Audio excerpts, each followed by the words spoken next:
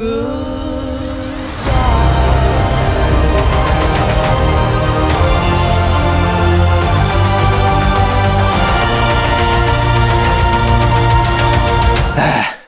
suis un peu débordé là en ce moment. J'ai pas mal de vidéos que j'essaye de faire pour m'aménager du temps, pour ensuite pouvoir continuer à bosser sur le pourquoi j'ai un réalisateur sur Final Fantasy VII.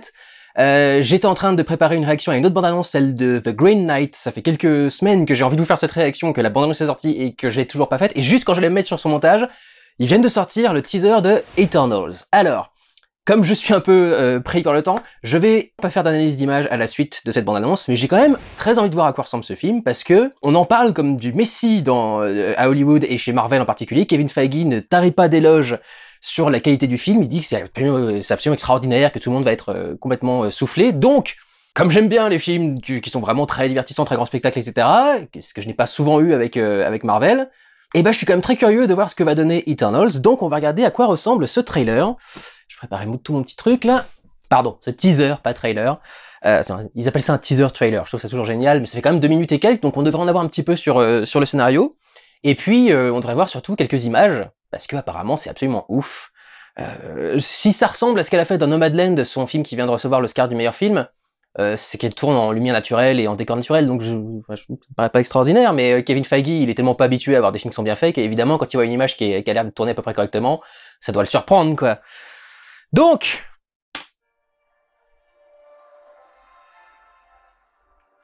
alors démarrer avec un bel musette, déjà, ça le fait pas. Ouais, c'est les mêmes types de lumière, même type de plan.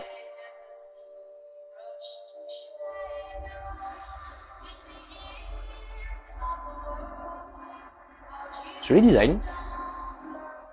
Bon rapport d'échelle. It's beautiful, isn't it?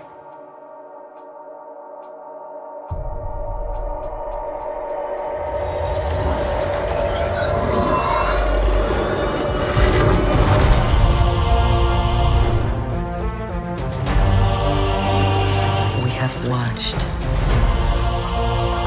unguided. We have helped them progress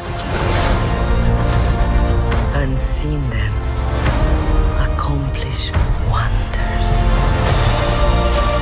Ah, c'est des anciens astronautes. Throughout the years, we have never interfered. Vous venez de dire que vous avez aidé. Until now.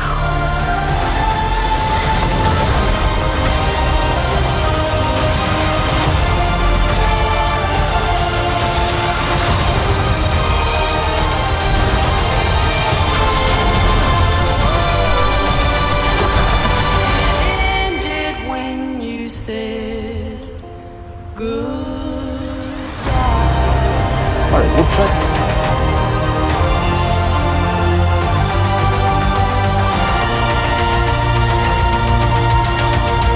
Thank you for this. Oh, you're welcome. So now that Captain Rogers and Iron Man are both gone, who do you think's gonna lead the Avengers? I could lead them.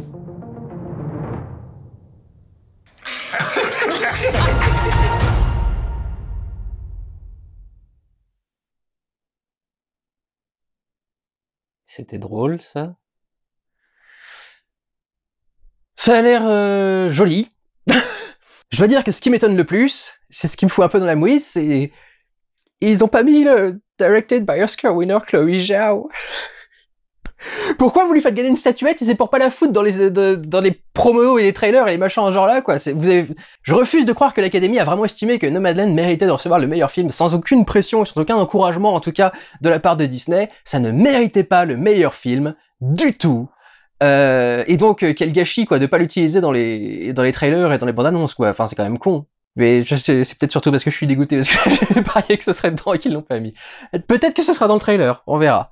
Mais ça me surprend, honnêtement ça me surprend qu'il l'ait pas mis. Les plans sont effectivement principalement en lumière naturelle et en décor naturel. Donc c'est sûr que ça change un petit peu de l'habitude de Marvel. Et à ce plan là dans l'avion qui a un peu trop de lumière différente entre le vert, le bleu et le rouge, faudrait faire un choix quand même. Ah, rouge, vert, bleu, cela dit, c'est les couleurs du signal vidéo en couleur. Il y a le petit passage Bollywood là avec Kumail Nanjiani qui a l'air sympa, qui va lui permettre de faire des petits trucs visuellement un petit peu cool. Mais après l'histoire elle-même, j'ai pas vu grand chose là qui me donnait vraiment envie de voir le truc. Si ce sont des dieux, comme ils ont l'air de le dire, je vois pas de menace particulièrement prenante. J'essaie de faire un petit retour en arrière là pour voir s'il y a pas des trucs, mais je vois pas de gros trucs genre Thanos ou Galactus ou machin. Enfin, si tu prends des personnages qui sont quasi des demi-dieux, faut quand même leur mettre un ennemi qui est de taille, quoi, dans tous les sens du terme. Il y a de jolis effets avec leur truc en or là qui créent tout un tas de choses. Manifestement, ils ont des pouvoirs qui permettent de créer un peu tout et n'importe quoi, mais alors pour le reste. Bon, cela dit, c'est qu'un teaser, hein, on sait pas. Peut-être que je ferai une analyse d'image plus détaillée quand il y aura un vrai trailer, et qu'on aura un peu plus d'histoire.